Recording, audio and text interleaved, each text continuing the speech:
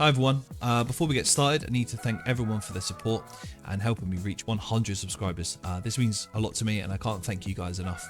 I've had a few comments on the back of my original Learning to Drift tutorial and I wanted to make a one-stop shop for you guys learning to drift, and for there to be a video to revisit if you ever needed to look at settings or little things here and there that you might have missed along the way.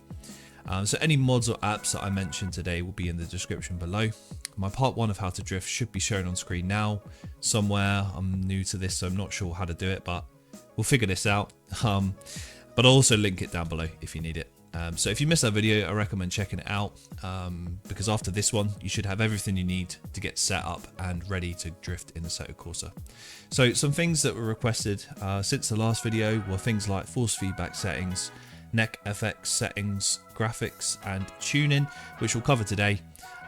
Also, I've just been ill for about 3 or 4 days, so I'm really sorry if my voice is really grating on you. But yeah, anyway, let's crack in. Let's crack into the video. Okay, so the first part of the video is around the assist that I used. I'm going to assume you've already got Content Manager installed. If not, then a link for this is in the description.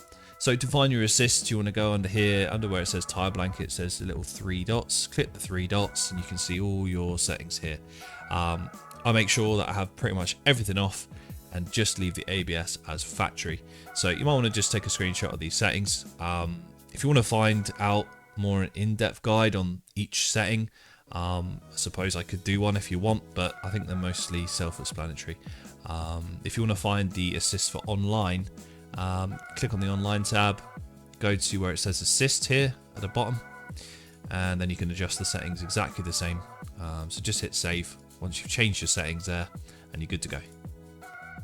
Okay, so I'm about to show you my wheel settings on screen. So to find this, you go to settings, into Assetto Corsa, and then controls. If you want to find your wheel settings, you go to axis. So the settings I use is 900 degrees of steering rotation. Gamma is set to 1, scales 100, filters 0, and speed sensitivity is 0. I know that you can get the LUTs, I think they're called, for the different wheels, but I have never used them and I seem to be okay for the moment. So if that changes, I'll let you guys know. This screen's also good for testing out your hardware. So for example, if I pull the handbrake, you'll see here the line and you can see it's working okay. In addition to that, I think it's very important to have one particular bind, which is this teleport to pits bind. So if you're out on track and you spin out, especially on an online server, you want this bound so you can easily teleport back to the pits and get off the track out of everyone's way. Another few things I have bound is things like headlights, horn, glancing left and right and looking behind me, changing the camera, etc. It's pretty easy to bind things, so you just basically click on the box here. This is click to assign. I'm not going to do it because I want to change my settings. So you click the little box here and then you just literally press the corresponding button on your wheel that you want to use, or keyboard if you want it to be on the keyboard or something like that. And that's pretty much it. That's all I use. I don't really have too many bound to my wheel. I don't want to be, you know, using my buttons too much. Just the most important things, like I say, is probably return to pits and just looking around the car. Okay, so this is another setting that's been requested. It's my force feedback settings. Now remember, this is for my wheel. It might differ for yours depending on what you've got. So I use the Thrustmaster T300 GTRS setup. Now this is the settings here. I don't really know too much about each individual setting. I've just sort of followed guides I found online. But if you want to go ahead and copy my settings, then have a look here. This is what I use, so you might want to take a screenshot. Leave it on screen just for a moment. And then the settings I also use for the T300 in the software for Thrustmaster are these details here. So we've got the overall strength 75, these 3 at 100, dampers at 0, we haven't got any boost on, and auto-centered by the game, which is recommended apparently. So that's the settings there. The next part of the video is around NeckFX. So on screen now you can see sort of how my head moves around in the car, depending on the inertia and the weight of the car. I don't like crazy high NeckFX. I feel like if it moves too much, it just puts me off, and I just constantly spin the car. But on screen now, I'll show you the settings I use. So if you like the way that mine looks, then cool. These are the settings I use. Like I say, I don't use a high amount of NeckFX. So if you want a higher level, you might want to go look somewhere else. But these are the settings I use on screen. So just run over these. There's a lot of different things to look at, and it did take me quite a while to get it right. But yeah, like I say, if you like my settings, which is good, then yeah, copy them here. So now on to something a little bit more interesting, which is the mods. So the number one place I find drift mods is Vosan. A load of cars and tracks on here.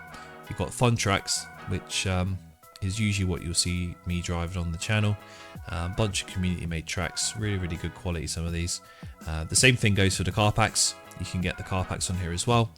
Very easy to navigate, so it gives you information about what the car pack includes, a little bit of the thanks to the people that helped make it, and then the download link at the bottom here. You can also download the individual cars if you like.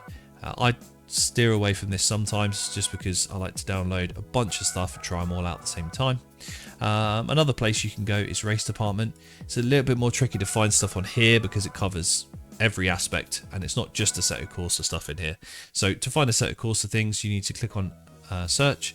I usually go to advanced search, and then where are we? Here we go. Go to search mods, keywords. Might want to put something like drift or toge or something like that. And then scroll down here to Assetto Corsa. Click search, and it'll bring up everything under here with that tag. So you've got tracks, you've got some cars, some skins. There is a load of good stuff. You just have to go through a lot deeper on this website to find the thing you're looking for. Okay, so onto the car packs I'd recommend, and I'll give you a little showcase of these when we get onto the recommended track section. So the World Drift Tour Street Pack is the first one I'd recommend. These are actually the first cars I drifted on Assetto Corsa, and really solid for learning the basics. Low horsepower street cars, nice and easy to control, and come with a solid standard tune. Highly recommend these to start out. Then going on to the next pack, which is the Hush pack. It's a nice variety of cars, and just like the WDTS pack, these are out the box tunes that don't need much adjusting. One of my favourite car packs to use because of the quality of the mods, and they did a really good job on these. I think they look super clean as well. And just finally, one of the community favourites to learn to drift that rivals the WDTS cars. I've only driven a few of these, but thought I'd mention this pack as so many people have learnt in them and swear by them. The ones I've driven feel super solid, and they sound amazing too. So we'll check those out in a bit. So moving over to some tracks I recommend to learn on. This is Drift Playgrounds, and this is the first course I ever completed a full drifting lap on, and it felt amazing, so had to mention it in this list. The WDTS cars feel really nice here, which is why I've used it for this demonstration. The course isn't too long, so you can really focus on your transitions and pedal work, and the flow is really nice. You just got to watch out for that uphill hairpin.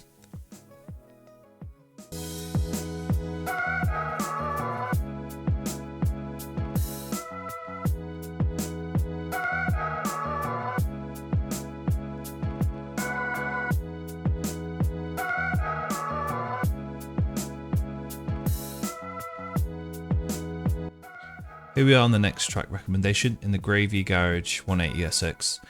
The name of this one is called Drift. It's just called Drift, and it comes with the base game, I believe. It's great for beginners as you can choose multiple different routes. It's more of a freestyle arena, so you can be nice and creative with your lines. The track has a nice mix of wide long corners and tight turns to practice all aspects of your drifting on this course.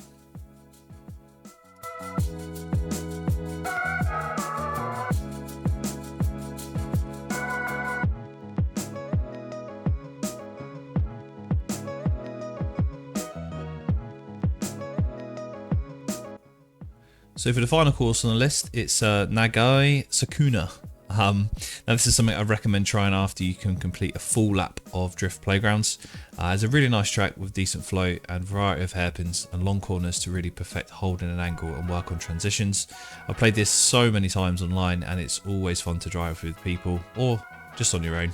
As you can see, using the Hush Supra in this one, yeah, nice and clean.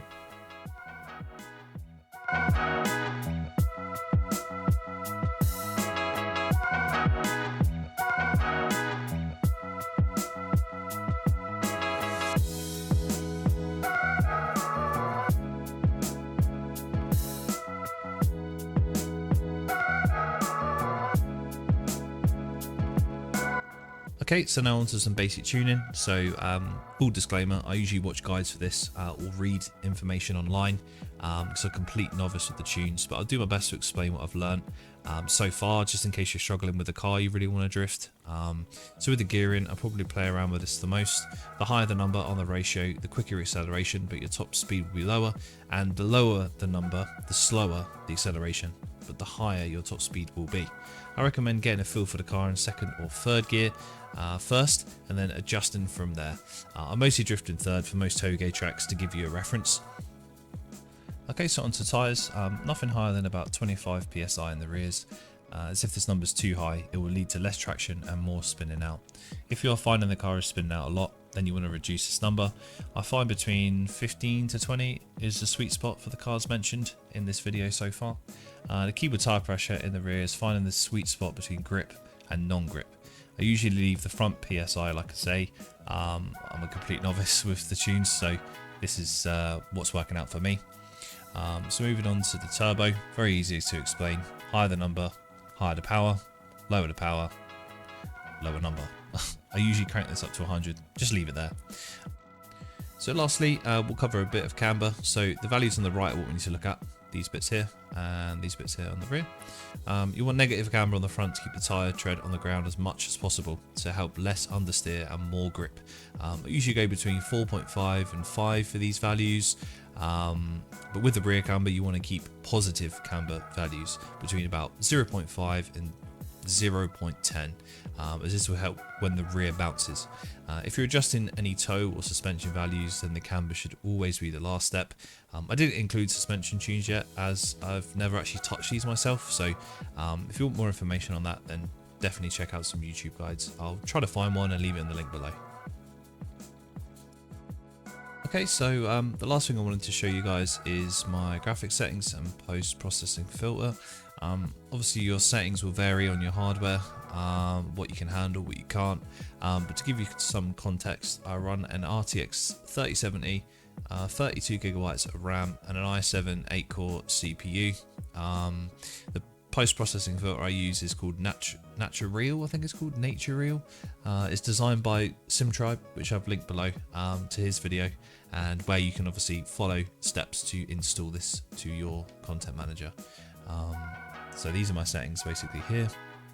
Let's copy these if you have a similar medium build like I do. There are other settings, of course, like smoke and particles and tire effects and all these other things, but I think that's a bit too much to cram into this video. Okay, so that was it. Thank you very much for staying until the end of the video. Hope you've learned some things along the way today, and if there's anything else you'd like more tips on, then comment below or join the Discord. Link will also be within the description below. So thanks once again for the support, and be sure to like and subscribe if you made it this far. Have a great day everyone. Peace.